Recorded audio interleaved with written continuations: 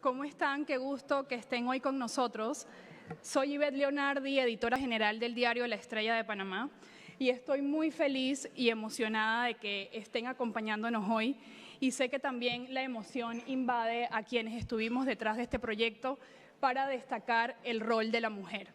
Antes de comenzar con nuestro conversatorio, vamos a transmitir un video que resume realmente cuál es nuestro motivo de celebración el día de hoy.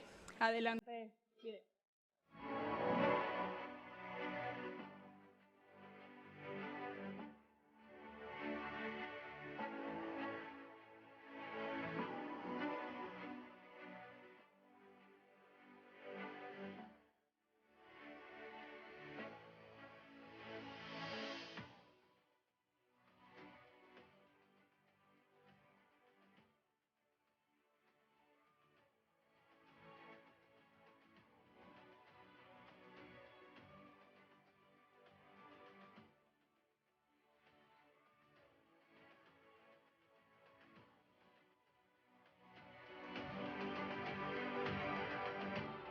Bienvenidos nuevamente a nuestro primer encuentro presencial de 2022, el papel protagónico de las mujeres y su rol de liderazgo. Un encuentro con una excusa maravillosa, visibilizar el rol de la mujer, escuchar ese aporte patrio y aplaudir a las 25 mujeres más destacadas de Panamá. Llegamos a un día de gran relevancia. Y como les decía en un principio, la emoción nos invade, porque dentro del ADN del grupo editorial El Siglo y La Estrella de Panamá está en reconocer y honrar el valor de la mujer y destacar, como lo hacemos todos los martes en nuestra edición de Mía Voces Activas en La Estrella de Panamá y cada año desde el 2018 con este proyecto que hoy nos reúne. Justamente estamos en el mes de marzo, cerrando hoy 31, cuando se celebra el Día Internacional de la Mujer.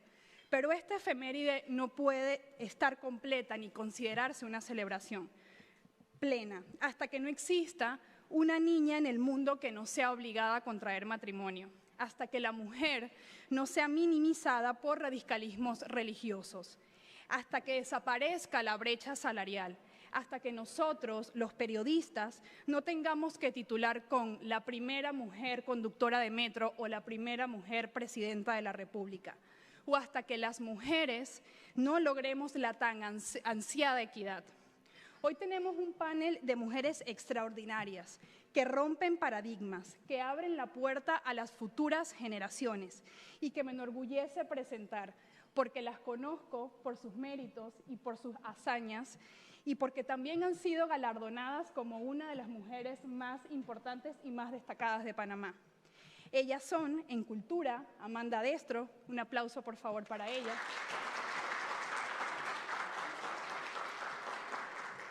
En política, la vicepresidenta Kaira Harding. Y en emprendimiento, Elisa Suárez. Continuando con el compromiso que me honra el día de hoy, llamo al escenario al presidente de nuestro grupo editorial, Eduardo Quiroz, quien es el motor de este proyecto.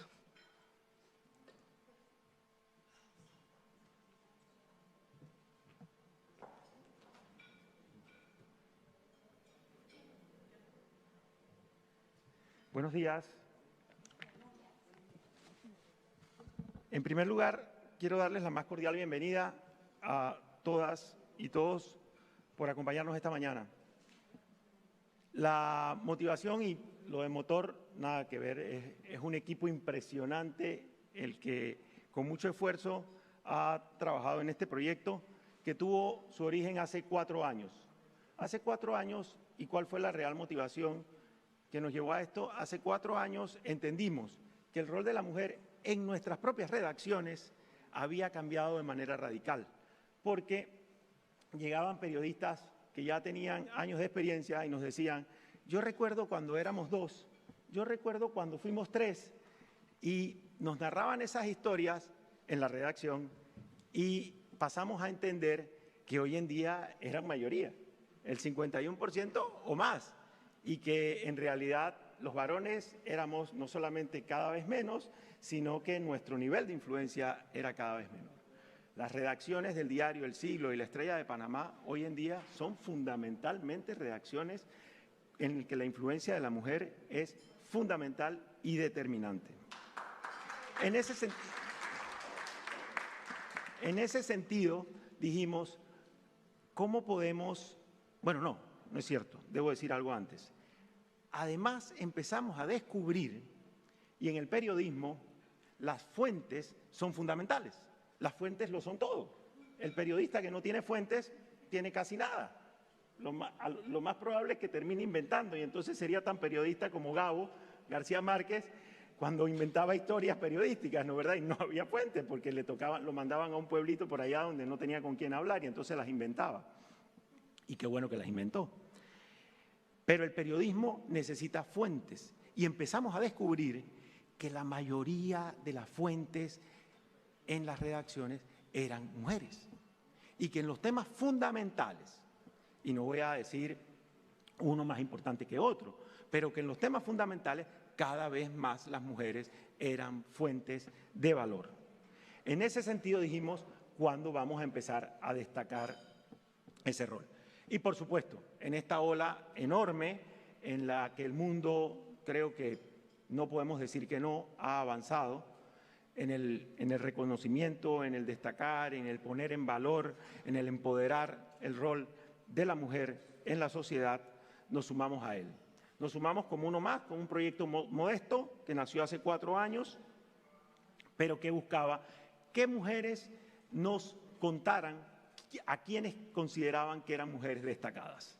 Y en ese sentido empezamos con un proyecto en el que participaron 380 personas, 380 mujeres, para tener hoy un proyecto, les cuento, que a los 4 años ha tenido cerca de 3.000 mujeres participando, como nominadoras o como nominadas, lo cual nos parece impresionante y no encontramos, no vamos a decir que inédito, pero no encontramos muchos proyectos colegas con este nivel de participación. Empezamos a veces de manera muy sencilla y en ocasiones hasta encontrando cierta reticencia, debo decirlo también, pero conforme ha ido avanzando se ha ido consolidando. Luego nos cayó la pandemia y en el año 2020 fue un año muy difícil, un proyecto que estuvo a punto de desaparecer, y les hablo con total franqueza. Uno, por supuesto, porque el 80% de la redacción estaba en teletrabajo y porque no encontramos mucho apoyo en esa ocasión. Sin embargo, fue una decisión estratégica de los diarios que el proyecto se mantuviera. Queríamos que pudiese tener continuidad en el tiempo. Y 2020 lo echamos adelante, cargando la mochila de parte solamente del medio y mantuvimos el proyecto. A veces con pocos patrocinadores o con ninguno. Este año ha sido un poco distinto y ha sido mucho más amplio la participación de quienes han respaldado el proyecto. Y esperamos que sea un proyecto que sea ampliamente respaldado por quienes tienen que entender que este tipo de proyectos no es para hacer propaganda ni para hacer publicidad. Este tipo de proyecto es para poner en el centro el rol fundamental de la mujer en la sociedad panameña. Y eso es lo que nos interesa. Por supuesto, producción y demás necesita recursos, pero el centro de esto es el rol de la mujer. Me decía una mujer destacada, que lo ha sido en varias ocasiones dentro del proyecto, pero además lo es por sí misma en la sociedad panameña, que ella no quería tener más reconocimientos ya, que en realidad que le dieran oportunidad a las más jóvenes. Y les quiero decir, puedo entender la modestia de quien me lo dijo, no sé si puedo mencionar quién me lo dijo, pero puedo entender la modestia de quien me lo dijo, pero es importante que participen las mujeres destacadas. Señoras ministras, muchas gracias por estar aquí, diputadas, exministras. Es importante que estén, porque quienes son más jóvenes encuentran en ustedes ese pedestal para seguir. ¿Lo dije bien, Teresita? ¿Es así? No he dicho quién me lo dijo. Y ese potenciar a las mujeres encuentra un tesoro, un diamante en bruto impresionante, impresionante. Aquí está Miriam Solís, científica destacadísima, el Instituto Gorgas, y ella como representación de muchas otras que hacen un trabajo que no necesariamente está en la luz pública, pero a la hora en que lo ponemos en la luz pública empodera y entusiasma a otras en ese esfuerzo y decir dentro de 10 años, dentro de 15 años yo puedo ser tan destacada como ellas. Muchas gracias a todas por su presencia, muchas gracias a quienes nos han apoyado en la realización de este evento. Muchas gracias por respaldar este proyecto que tiene un equipo detrás al cual quiero reconocer muchísimo. Carlos, Ivette, Lidia, todo el equipo de ventas, el esfuerzo enorme que han hecho. Sé que este año fue redoblado, así que les agradezco mucho y los pongo en valor. Ojalá que este proyecto tenga larga vida. Muchas gracias y felicitaciones.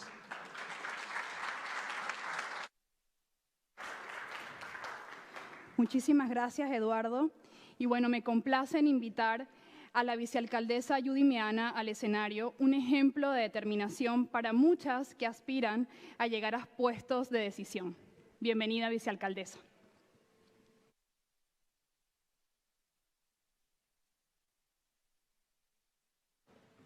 Muchísimas gracias. Buenos días a todas, ministras, diputadas, invitadas especiales, a las galardonadas. Quiero igualmente sumarme, yo sé que esta mañana hemos estado saludándonos y con mucha alegría y mucha gratitud por este espacio que nos brinda La Estrella y todo el equipo de periodistas, redactores que estuvieron detrás de este proyecto.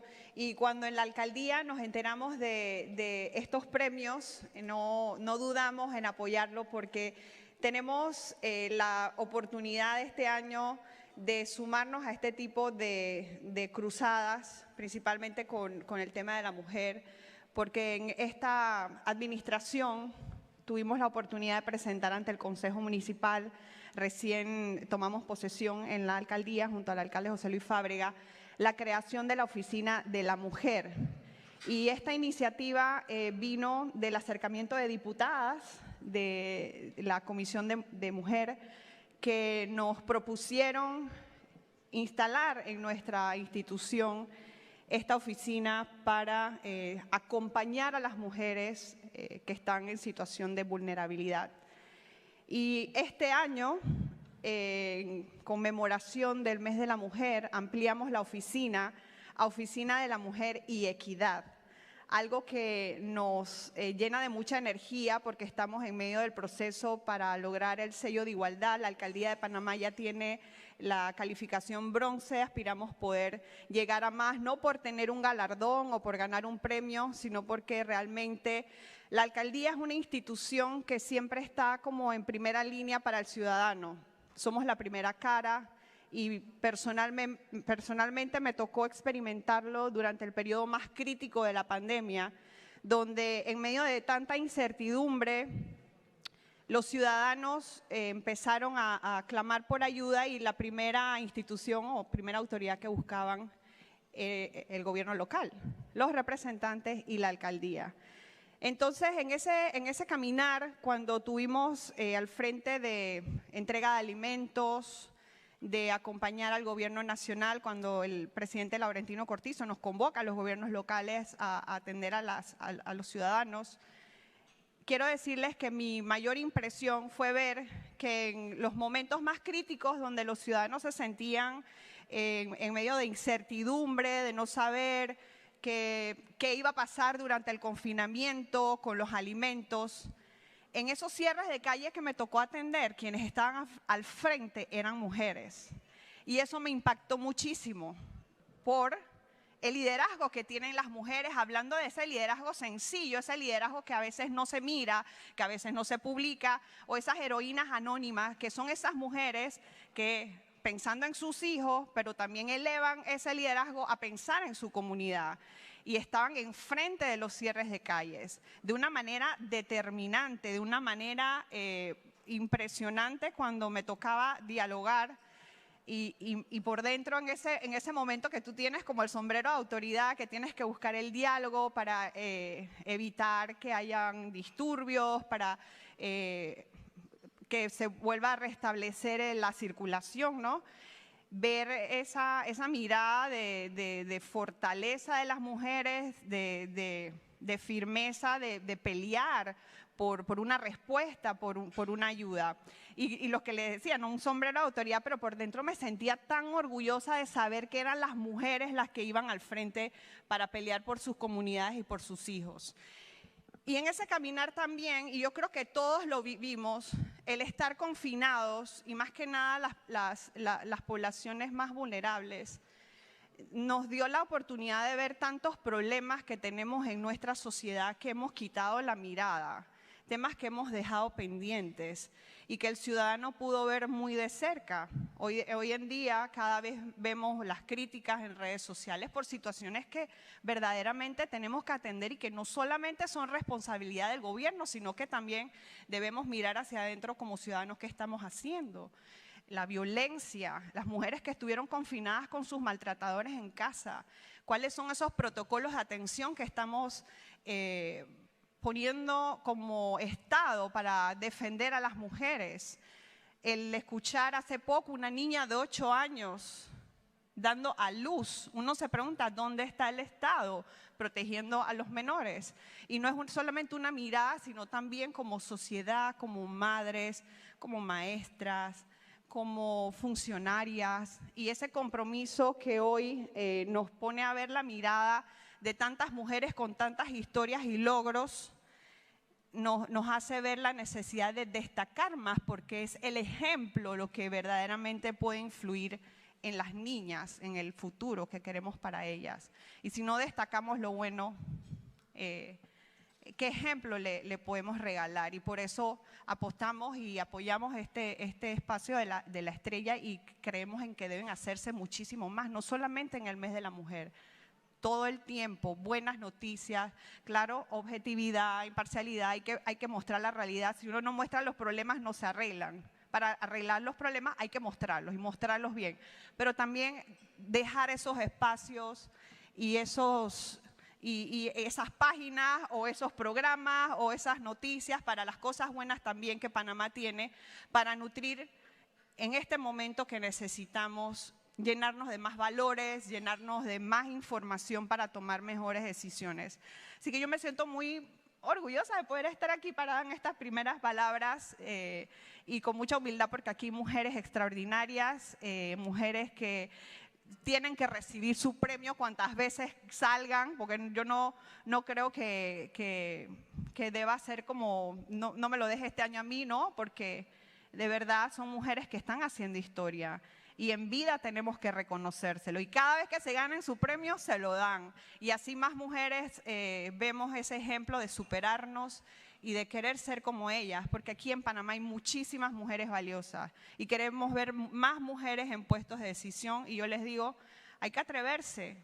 Eres tú contra ti misma. Y ser tú misma es la mejor manera de poder ir abriéndote esos espacios, siendo tú misma.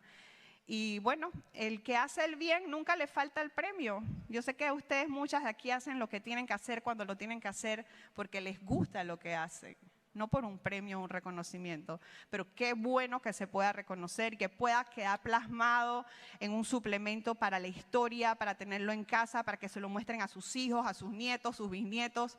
Mira, estuve en este premio de Mujeres de la Estrella y que se siga elevando con más participación de las empresas, porque no es solamente decirlo, dice que las cosas buenas para que pasen hay que hacerlas, hay que impulsarlas. Así que si verdaderamente queremos destacar el rol de la mujer, sigamos apoyando estos espacios. Buenos días a todas y ya quiero escuchar a las panelistas también como todas ustedes y todos ustedes. Buenos días.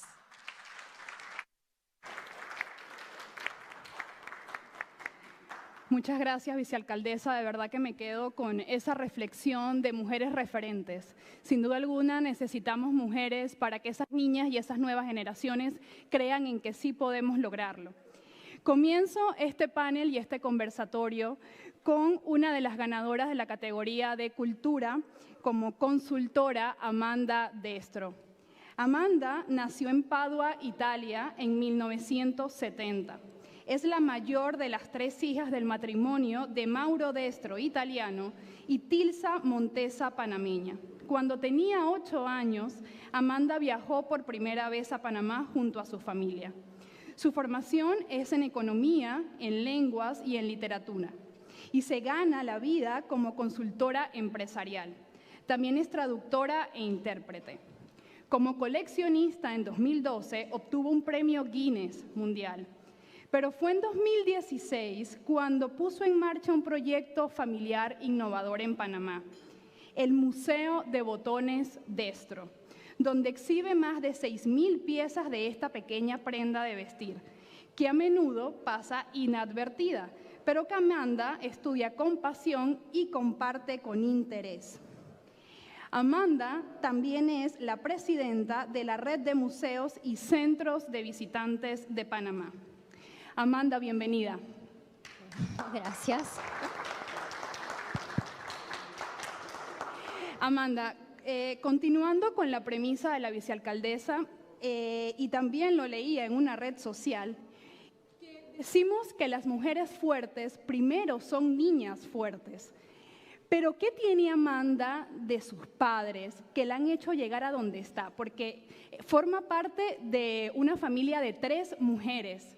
Y teniendo en cuenta que Italia también pues tiene una cultura, no digamos machista, pero sí se ve a la mujer como una especie de que tiene que estar en la cocina o que tiene que encargarse de la familia. Entonces, una mujer que se atreva a innovar en algo tan desapercibido, como lo decíamos, como los botones, como una prenda de vestir. Me gustaría que me comentaras.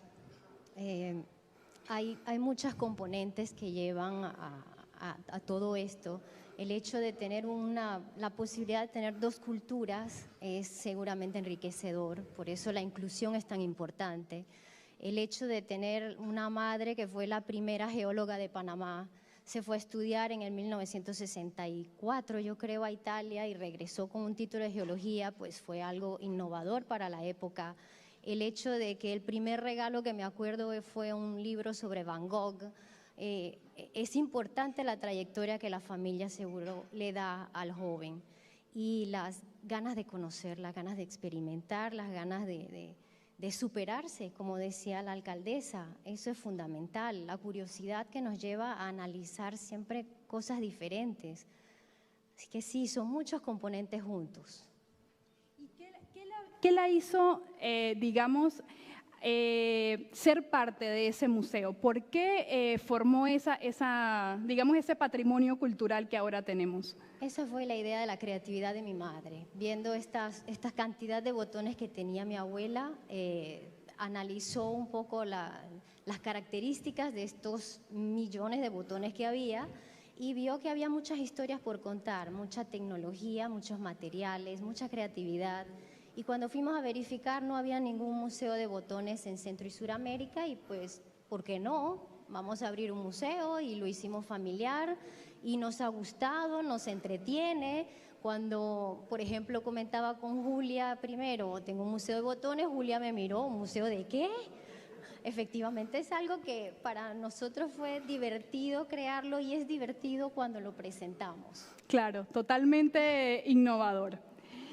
Quisiera conversar ahora con una de nuestras ganadoras en política, la vicepresidenta de la Asamblea Nacional, Kaira Harding. Kaira es diputada electa en Arraiján por la bancada del Partido Revolucionario Democrático PRD en las elecciones generales del 5 de mayo de 2019 para el periodo 2019-2020. Harding es también abogada panameña, es colega, comunicadora social, escritora y empresaria, madre de 2 hijos y activista a favor de los derechos de la mujer, especialmente en temas de empoderamiento femenino y la no violencia contra la mujer. Su trabajo social también se enfoca en honrar y celebrar y reconocer la afrodescendencia panameña. De hecho, contribuyó en la aprobación de la ley que crea la Secretaría Nacional de la Etnia Negra. Es miembro de la Red de Mujeres Afrodescendientes de Panamá y de la Red Latinoamericana de Mujeres Afrodescendientes, también de la Fundación de Centro de la Mujer Panameña. Es escritora y una de sus obras es denominada Color Café, Discriminación, Racismo, y su segunda obra, Llamas de Olvido. Es la actual vicepresidenta de la Asamblea Nacional. Bienvenida, Kaira. Muchas gracias. Kaira, América Latina, según datos de la CEPAL, tiene menos del 30% de mujeres de cargos ministeriales. En Panamá, el porcentaje de mujeres que ocupan carteras ministeriales es de 20.7%, mientras que en países como Colombia, países vecinos, este porcentaje alcanza el 50%, en Costa Rica 55% y en España 63%. ¿Por qué considera que nos ha costado tanto llegar a ese porcentaje? Sí, definitivamente que después del periodo democrático hemos estado trabajando, y digo hemos, aquí hay una Teresita de Arias y un grupo de mujeres que nos preceden, porque la lucha de las mujeres, como la lucha de los afrodescendientes, no tiene partido político. Es temas que siempre van a estar allí, independientemente de los gobiernos de turno. Entonces, el tema es que sí, que un grupo importante de mujeres empoderadas en la lucha política, en la lucha empresarial, en la lucha social, en todos los renglones hemos estado trabajando en estos escaños, por lo menos en el órgano judicial y en el Ministerio Público vemos que la mayor cantidad de mujeres sí están en puestos de dirección, pero no pasa en los ejecutivos en los últimos 30 años, para decirlo. Estamos en un casi 30%, pero indudablemente que la meta debiese ser ese 50%, ya que representamos el 51% de la población panameña, y si nos vamos a las universidades, se están graduando de profesionales muchas más mujeres que hombres. Pues sí que tenemos que seguir trabajando y empoderando a la mujer en estas posiciones, invitarlas a que participen en los puestos de elección popular, y eso es importante, porque son los lugares de donde se toman decisiones, y esa es la idea. Y afortunadamente con un grupo también de mujeres empoderadas, hace un año, año y medio, ya tenemos la ley de violencia política, que era una de las limitantes para que la mujer en muchos casos participe en política. Tenemos que seguir trabajando para que la participación de la mujer sea de igualdad, de equidad y de ese 50% que es lo que reclaman las sociedades modernas.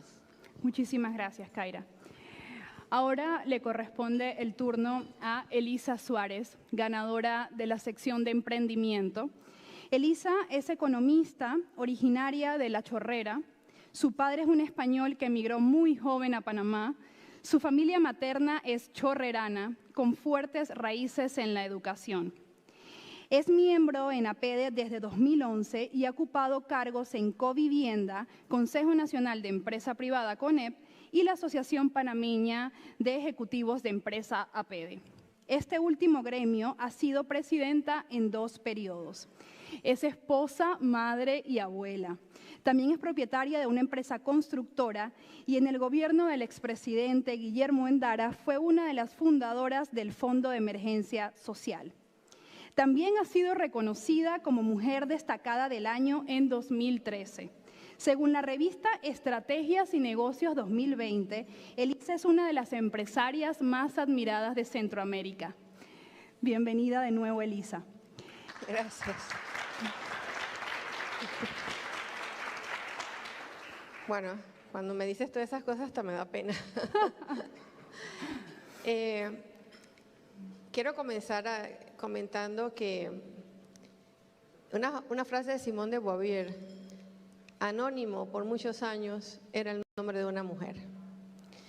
Y lo digo porque efectivamente hemos coincidido en todo lo que he escuchado en que tiene mucho que ver dónde llegamos y lo que hacemos, cómo nos han criado. Así es. A mí me criaron en un mundo donde mi familia chorrerana, con mucha honra, chorrerana Comebollo, por cierto, eran educadores. Vengo de una familia de educadores, y mi familia española, mi abuela también educadora.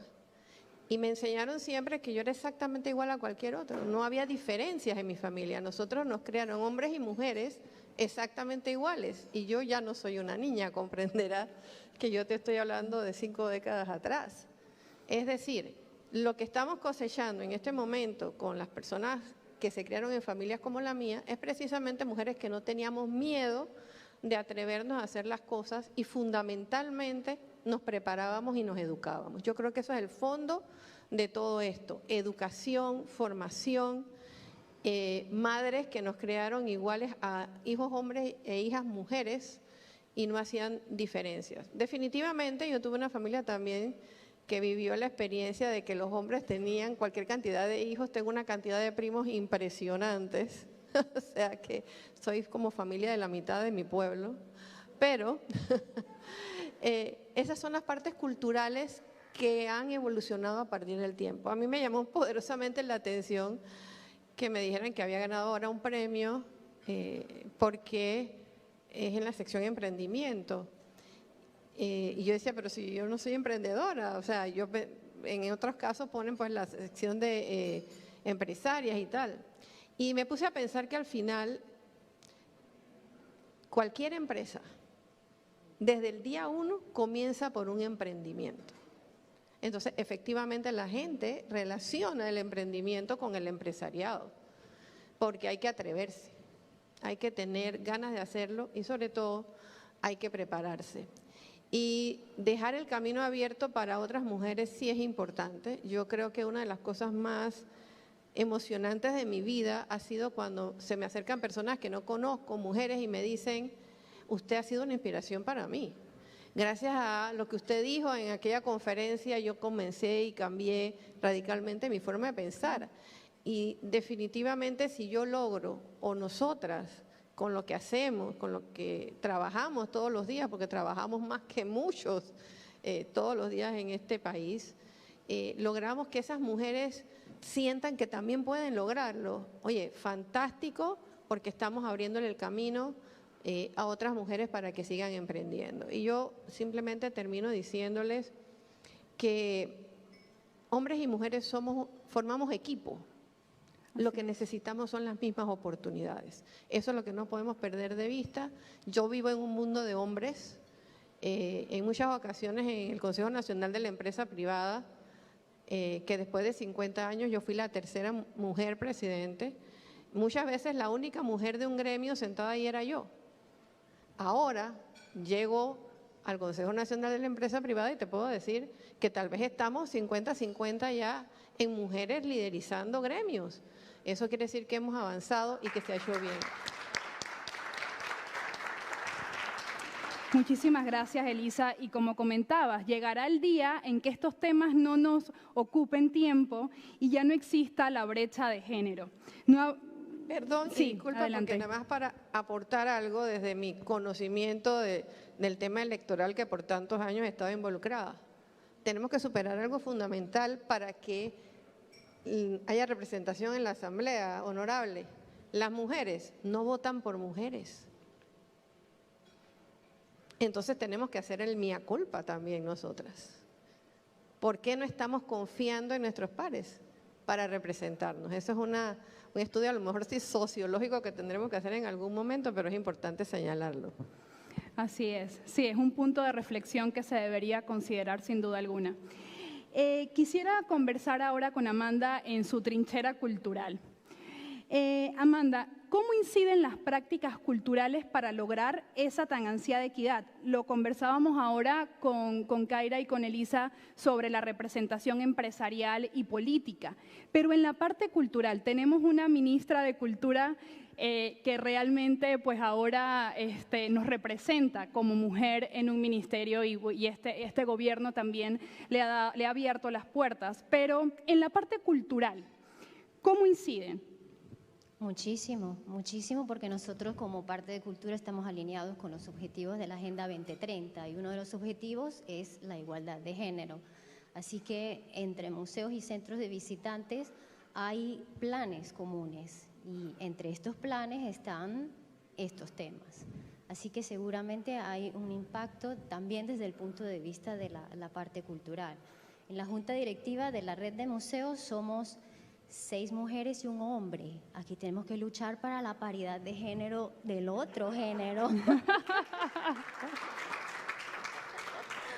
Aquí necesitamos más exponentes masculinos que no femeninos. Si vemos los museos en donde están las mujeres como directoras, pues son museos que están teniendo un gran impacto dentro de la sociedad. La pregunta es, ¿queremos una sociedad homogénea o heterogénea? Y si la queremos heterogénea, pues necesitamos muchos puntos de vista.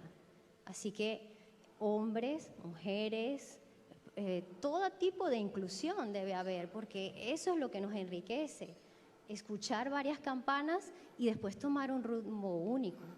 Claro, por supuesto, y que pese la meritocracia, en vez de decir si es mujer o, no, o un hombre, que merezca un cargo. Así es. Kaira, representas a la mujer y también eres una voz activa, activista en la afrodescendencia, pero usted ha tocado el poder y ha estado también pues, activamente en la política. Quisiera que me comentara qué obstáculos ha tenido que enfrentar en esta sociedad machista. Sí, indudablemente la política comienza con los hombres y para que las mujeres podamos escalar a ella tenemos que tener una lucha primero, como bien señalaba la vicealcaldesa, con nosotras mismas. Decidir participar en política, convencernos de que lo queremos hacer y para qué lo queremos hacer. Para poner dentro de la mesa política de toma de decisiones la opinión del otro 50% de la población. Entonces, cuando tomamos esa decisión, que es una decisión personal, una decisión familiar, entonces salir con todas las fuerzas a cumplir con ese rol, creyendo en que lo podemos hacer porque la capacidad la tenemos. Y yo hablo mucho de la ley de violencia política porque es que conversando en todos los foros con las diferentes compañeras y las que participaron sin que estuviese esa ley, todas tienen una misma historia, hemos sido víctimas de violencia política. Entonces era un poco cerrar ese espacio para que la mujer pudiese participar en igualdad de condiciones y si se ve afectada o atacada, tener dónde recurrir, porque ya está tipificado el tema de la violencia política. A la mujer se le ataca cuando va a participar en política por género, al hombre se le señala por la capacidad o no. Entonces, eso es lo que queremos, esa igualdad de oportunidades en cuanto a por qué cuestionamos la participación de una mujer o no en política. Yo creo que primero es creer en nosotras mismas que lo podemos hacer, tener ganas de participar, tener vocación de servicio, que la tenemos las mujeres. Cuando revisamos las campañas políticas de cualquier hombre, la mayor cantidad de miembros activos, de activistas, son mujeres, pero no tomamos la decisión de participar nosotras mismas a puestos de principales en toma de decisiones. Entonces yo creo que es importante que creamos que tenemos mucho que aportar, la mujer está preparada, que se decidan, que se olviden de las críticas de las redes sociales, que trabajen en su hoja de ruta. Yo quiero ser representante de corregimiento, yo quiero ser alcaldesa, yo quiero ser diputada o quiero ser presidenta de la República porque tengo la capacidad y porque creo que puedo contribuir a tener un mejor país. Pero es una decisión personal y luego atreverse a participar y que haya las condiciones legales para que la mujer pueda hacer valer sus derechos. Así es, y me quedo con eso, creer en uno mismo, en como mujer y no autoexcluirnos, ¿no? Porque creo que a veces nosotras mismas somos nuestras principales limitantes. Elisa, desde su trinchera como empresaria, sabemos que la pandemia ha venido a profundizar las dificultades que ya venían atravesando las mujeres, al estar destinadas a llevar las diferentes responsabilidades que pues, nos corresponden. Y también atravesamos como el homeschooling, por ejemplo, tener que trabajar, estar con nuestros hijos. Pero hay una visión, digamos, de las entidades, por ejemplo, el BID, que ha dicho que el rol de la mujer es principal para la reactivación económica no solo de Panamá, sino del mundo.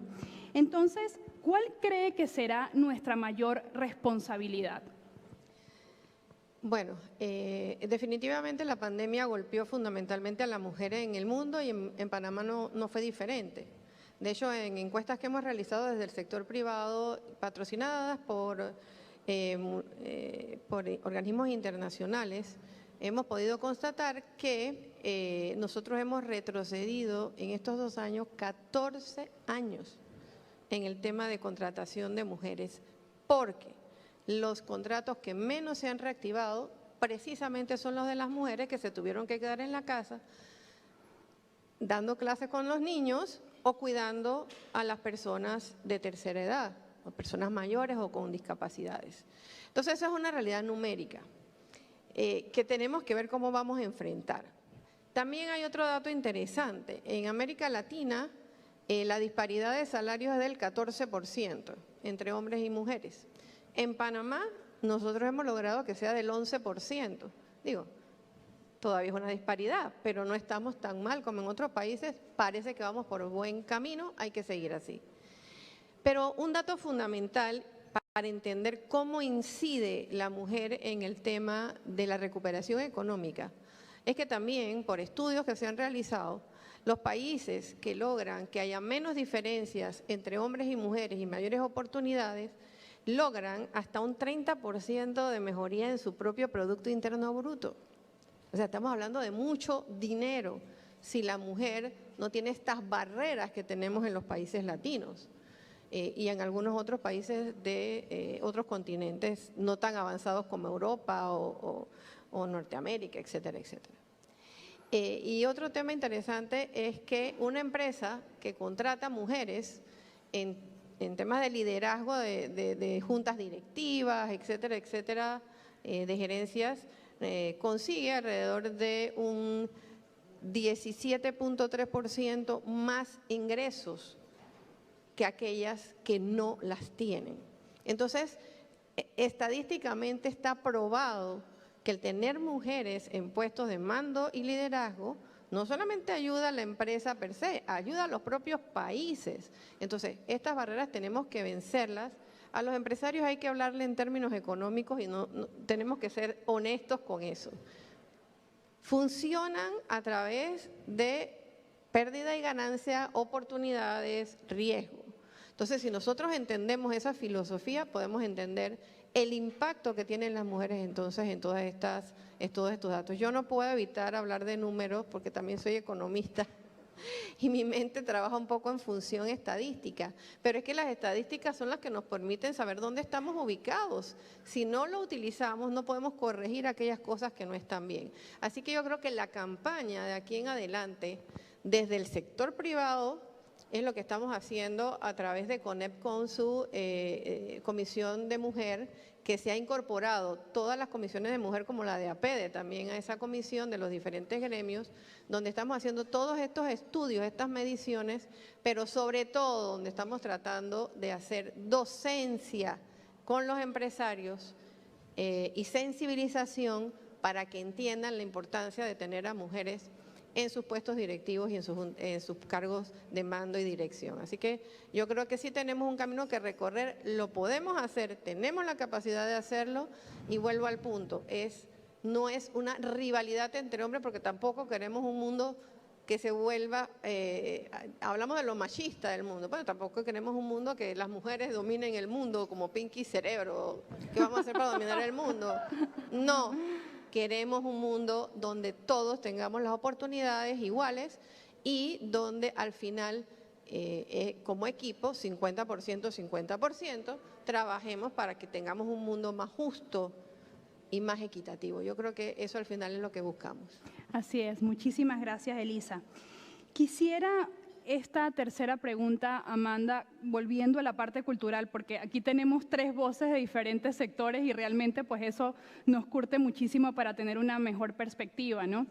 Pero Amanda, hablando de la parte cultural, y bueno, eres ejemplo de determinación e innovación, ¿cómo desde su trinchera podemos motivar a esas jóvenes? ¿Cómo utilizar la cultura para realmente impulsar ese liderazgo que creo que no es un liderazgo femenino como tal, no es un liderazgo que se debe, digamos, pulir. Pero desde su perspectiva, ¿qué se debe hacer desde la parte cultural? Pues una palabra sencilla, ejemplo. Ejemplo es lo que tenemos que dar a nuestros jóvenes. Si yo aplico lo que digo y los que vienen al mundo de la cultura lo ven, pues es evidente. Otra cosa es que yo hable y después en mi realidad no aplique lo que yo estoy diciendo. Lo que hizo mi madre fue agarrar un barco, irse a estudiar a Italia en 1964. Ella era la única con piel oscura en medio de todos estos italianitos blancos y ella usaba la minifalda y en Italia todavía no había llegado. O sea, ella se atrevió. Ella fue ella misma, obtuvo, se preparó, regresó y comenzó a trabajar aquí. ¿Yo qué ejemplo tuve? Ese. ¿Y qué tenemos que hacer nosotros desde el punto de vista de la cultura? Eso, atrevernos a utilizar políticas innovadoras, atrever a ser más inclusivos, atrever a tener, bueno, en mi caso, si puedo decir algo personal con el Museo de Botones, tenemos una gira y la gira la hace una chica invidente. Ella es la que lleva a personas a ver botones con las manos, a sentirlos. Eso es algo innovador y es muy sencillo. Entonces, ¿por qué no nos atrevemos a hacer cosas así en todos los ámbitos y no solo en el ámbito de la cultura? Así que cierro con la palabra de inicio, ejemplo. Así es. Muchísimas gracias, Amanda. Kaira, hablando de liderazgo, que es uno de nuestros principales temas de hoy y forma parte de nuestro nombre del conversatorio, hay un debate en si existe un liderazgo femenino como tal. Desde su perspectiva, ¿lo considera así? Sí, por supuesto, hay un liderazgo femenino. Yo aquí veo muchas lideresas en todos los campos, incluso nominados por el Grupo GESE. La mujer es líder y lo hemos logrado en el tiempo.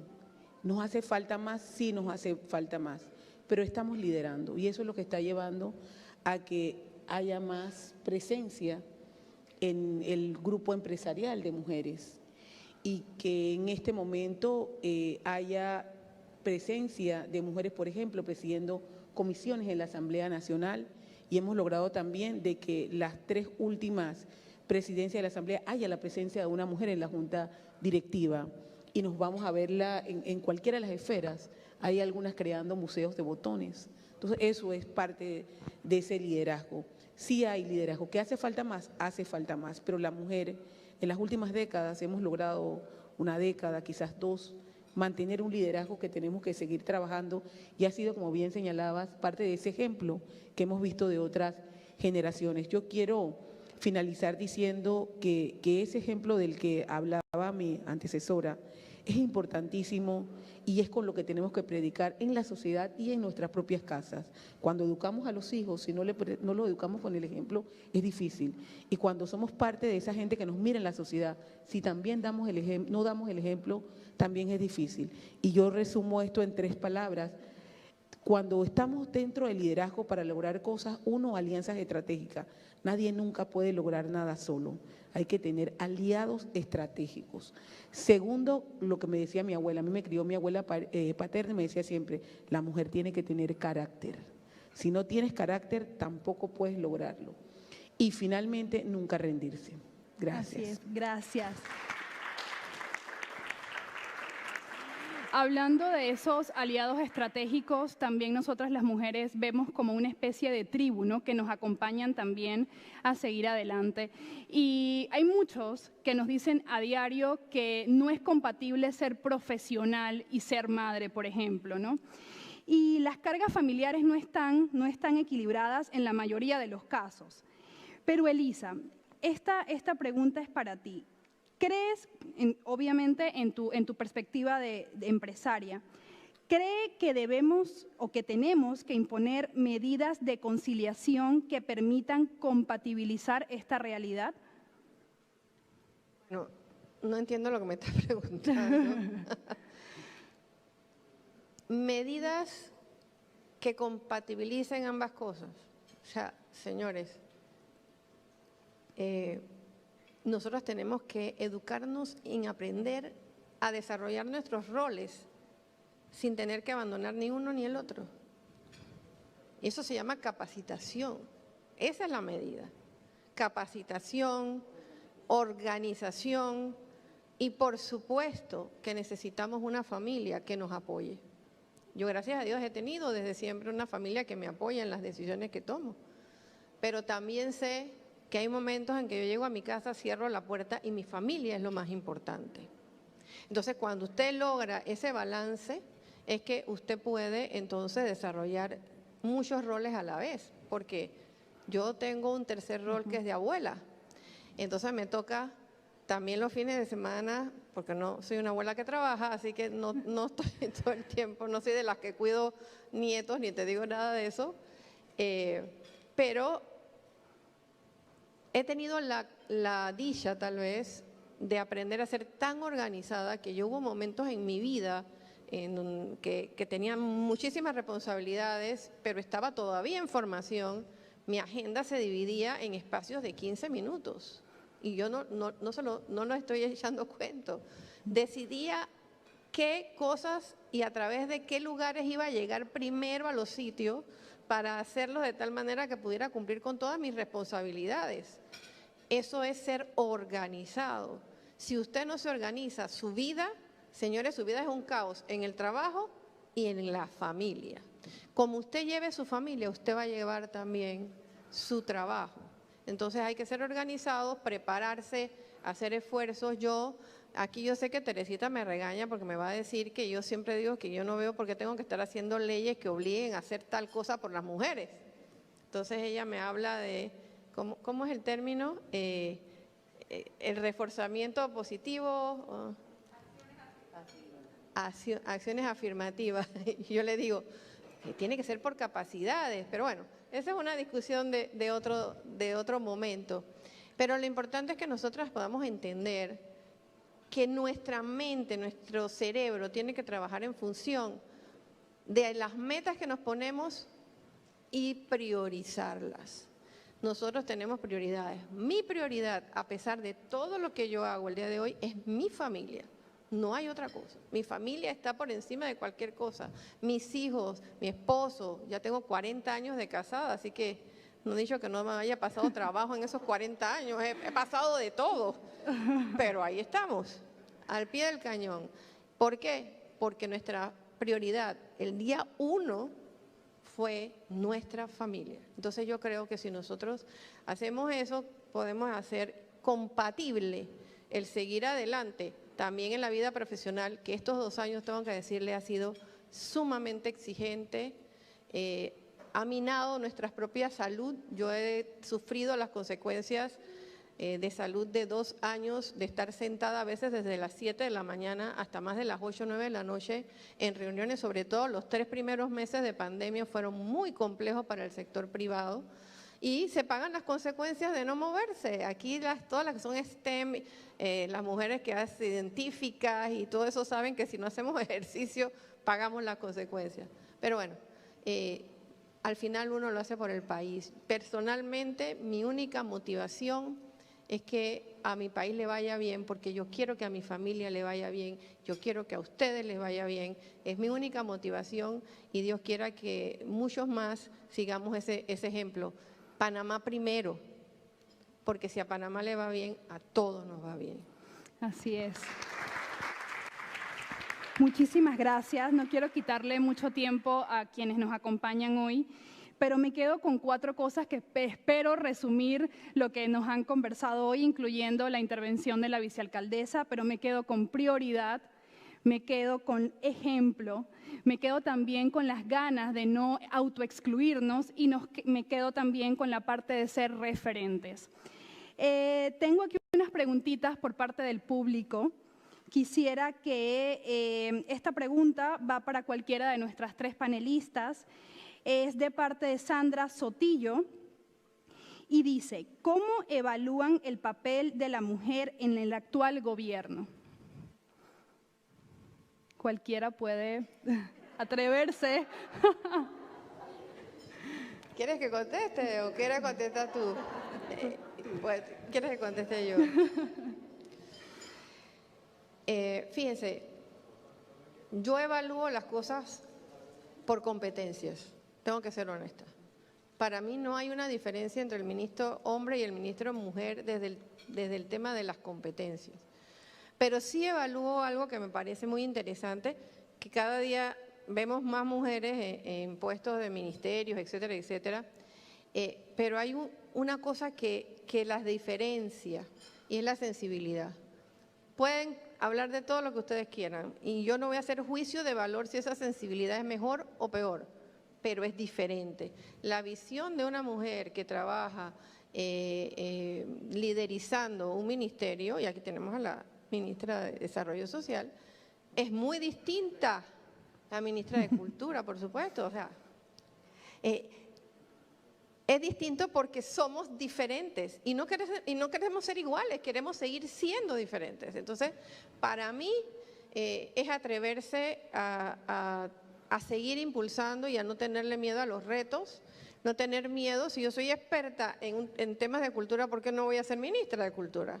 Entonces, es un poquito lo que decía Kaira, ¿por qué tener miedo? Y desde ese punto de vista yo le doy una evaluación positiva a las mujeres que ocupan cargos en este momento en el gobierno nacional. Pero también voy a hacer una observación. También tenemos que dejar de ser, y ahí también van a caer las mujeres, tan hormonales. Sabemos que nuestra fisiología es así, reaccionamos porque somos mujeres, y no es que sea malo, pero también tenemos en momentos que aprender a controlar nuestras propias emociones para poder ser eficientes, efectivas y eficaces. Y no es que dejemos de ser mujeres, simple y sencillamente es que aprendamos aquellas cosas que nos pueden estar interfiriendo en tomar decisiones pragmáticas ante problemas importantes. Esa es mi evaluación, que es bastante buena, mi querida Kaira. Muchísimas gracias, Elisa. Aquí tenemos una segunda pregunta de parte de Crisley y dice así: ¿cuánto más tiene la mujer que caminar en las comunidades para tener influencia política? Sí, te tocó, yo no sé, no tengo idea. Bueno, tenemos que caminar siempre. Yo entre las reflexiones pasadas dije que no hay que rendirse nunca. Entonces la política es así. La política es, les dije, tomar la decisión de participar, organizarse, porque para todo hay que organizarse. Hay una agenda personal, una agenda política, una agenda familiar, una agenda de proyectos. Entonces, organizarnos, y en política hay que caminar, hay que visitar, hay que pedir el voto. Teresita, a veces en la casa hay que pedir el voto hasta en la propia casa. No podemos dar no, de verdad, no podemos dar por descontado, no va a votar por mí. Hay veces que el primo, el hermano te dice, oye, tú no has pedido el voto. Entonces, créeme que cualquiera que tenga aspiración política tiene que prepararse para caminar, visitar, llevar propuesta y pedir el voto. Eso es sine qua non en cualquiera que queremos participar en la vida política. Y no rendirse, ¿no? Aspiro a este cargo, a lo mejor no te va bien la primera vez, en qué fallé en la estrategia, en la organización, me reorganizo nuevamente, organizo el tiempo y salgo a conquistar lo que quiero. Es un poco pasar lo que hacemos en la vida privada. Si escribimos un libro, comenzaste hoy, te va a agarrar a lo mejor 1 año, 2 años, pero no termines hasta que no lo publiques. Decidiste bajar de peso, no pares hasta que lo logres. Cualquier cosa que hagamos tiene que tener una hoja de ruta y cumplirla. Y para eso, llamémosle caminar. Muchísimas gracias. Esta pregunta viene de la presidenta del Fórum de Periodistas, Alejandra Araúz, y dice: ¿cuáles son las recomendaciones a los periodistas para cerrar la brecha de género en los medios? Alejandra. Bueno, me pongo el sombrero de comunicadora. Yo creo que la brecha, y decía hace un momento el director del Grupo GESE, que hace algunos años llegó y la presencia era muy grande de periodistas varones. En este momento está igual, y me imagino que en la redacción del Grupo GESE y en cualquier otra redacción estamos viendo más participación de la mujer en la vida profesional periodística y en la vida profesional en general, y es por la preparación de la mujer. Entonces yo creo que sigamos preparándonos, sigámonos preparándonos, y no es solamente la parte académica, que es la primera, es la más importante, pero después de eso la capacitación en trabajar un poco lo que decía Elisa. Tenemos que hacer ese trabajo interno de darnos cuenta qué nos diferencia del compañero varón para lograr esa posición. No tenemos que hacerlo igual, pero sí tenemos que tomar las partes positivas de ese liderazgo, de ese empoderamiento, de esa disciplina en cuanto al trabajo, y hacerlas con la receta femenina. Entonces yo creo que eso, prepararnos académicamente y después prepararnos emocionalmente para jugar ese rol dentro de cualquier cosa que hagamos, y en el periodismo, que es importante también. te olvides, los jefes tienen que ser también orientados. Nuestros jefes en los medios de comunicación, los dueños de los medios de comunicación, que yo creo que la mayoría son hombres, creo, no sé, porque no estoy metida en ese mundo, pero también tienen que entender la parte que yo les dije numérica. Ustedes, sus empresas crecen cuando una mujer está en puestos de mando y jurisdicción, entonces contraten más mujeres. Sin duda. Bueno, ya me están avisando que se nos está acabando el tiempo. Estamos transmitiendo a través de SER TV, muy agradecidos por parte también de nosotros del Grupo GESE, La Estrella de Panamá y El Siglo. Y esta última pregunta quisiera dejarla abierta también para nuestras tres panelistas, que viene de parte de Ornella de AES, que dice, ¿cuál es su consejo, algo puntual, que dan a las mujeres que están comenzando? Aquí puedo hablar.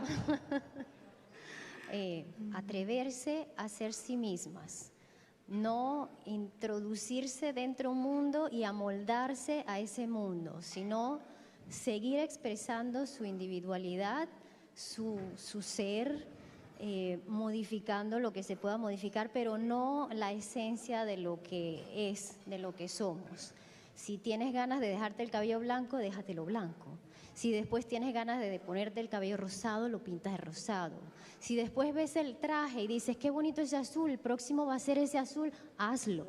Entonces, esta forma de expresarte, sigue haciéndolo también en todo lo que haces y no dejes de divertirte. Porque lo que hacemos es porque nos divierte, es porque nos entretiene, es porque nos enriquece. Y cuando sentimos esto, transmitimos positividad. Así que esto es lo que yo puedo decir.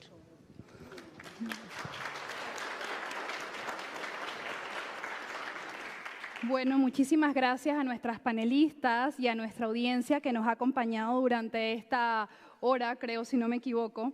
Gracias también por sus opiniones, por sus análisis, porque estoy segura que nos ayudará a conocer desde una buena perspectiva cómo estamos en materia de equidad. De parte del Grupo GESE queremos hacer un pequeño reconocimiento para nuestras mujeres galardonadas, esas 25 mujeres más destacadas de Panamá.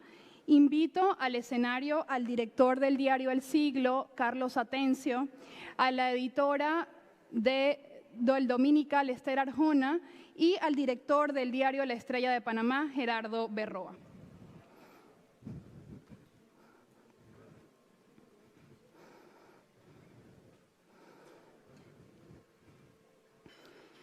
El primer reconocimiento es para la ganadora de Cultura, Amanda Destro.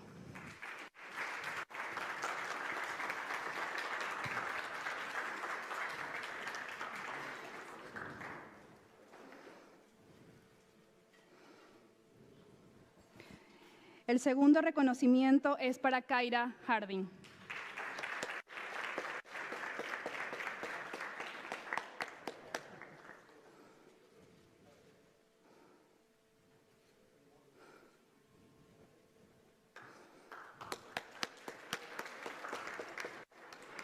Elisa Suárez.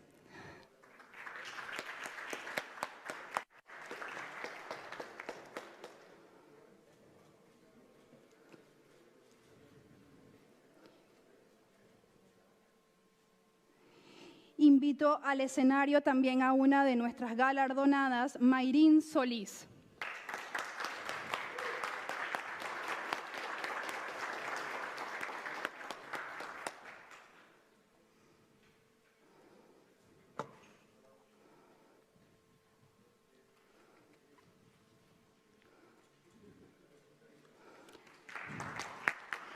Les pido a nuestras ganadoras, por favor, que permanezcan en el escenario para una foto final. Sí, por favor, al final. Galardonada en categoría Ciencia, invito a Daphne Mora.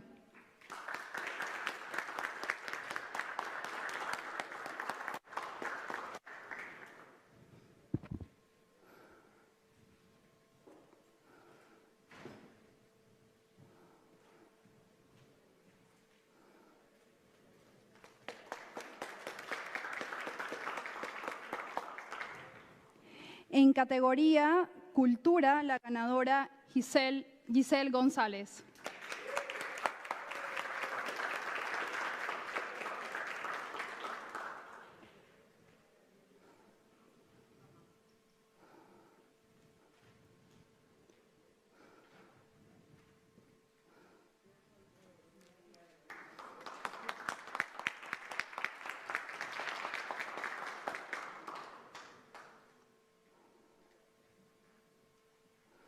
Me complace también invitar al escenario a Dailis de Pérez, ganadora en categoría política.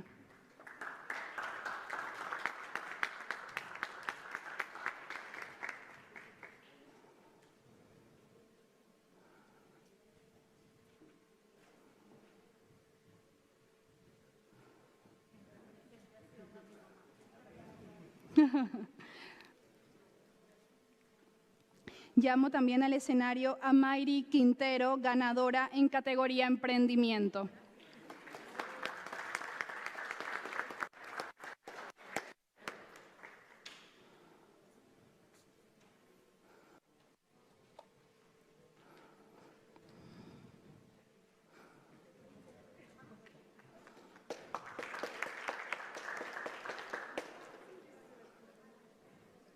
Otra de nuestras galardonadas en categoría deporte, Damaris Young.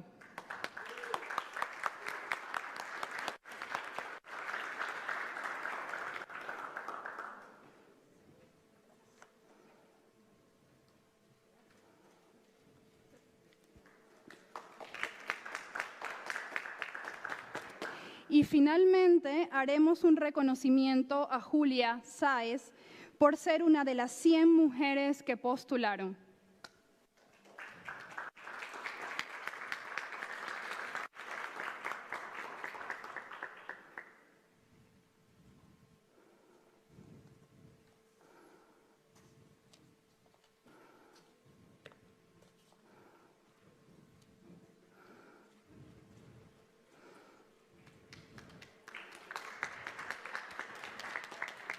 Muchísimas gracias a todos y les pido por favor un fuerte aplauso a nuestras galardonadas mujeres destacadas de Panamá.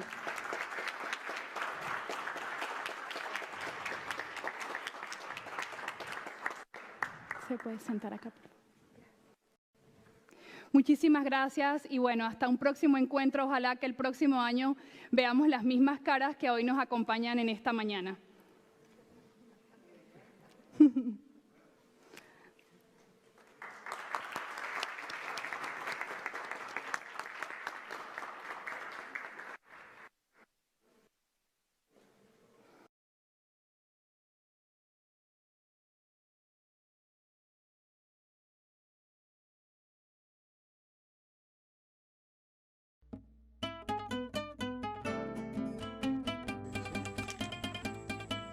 Como me gusta trabajar organizada con los hijos, hijas y nietos, hemos acostumbrado a trabajar juntos, enseñándole al que no sabía cómo se siembra el café, cómo se cosecha el café. Como vemos aquí, la parte de atrás está el secador, donde de la finca cosechamos el café, lo trasladamos al secador. Mis hijas siempre han estado conmigo con sol, agua, trabajando, cosechando ese café y lo traemos todo aquí al secador. Viendo que nosotras como mujeres emprendedoras podemos también podemos tener nuestras cosas, tener una entrada económica, que es lo que para acá como campo se nos hace difícil. Ha venido pues a apoyarme, a ayudarme a decir ciertas cosas, cómo se hace esto, cómo se hace lo otro. Y también tengo el apoyo de una hermana, mi hermana María, que trabaja aquí conmigo en conjunto.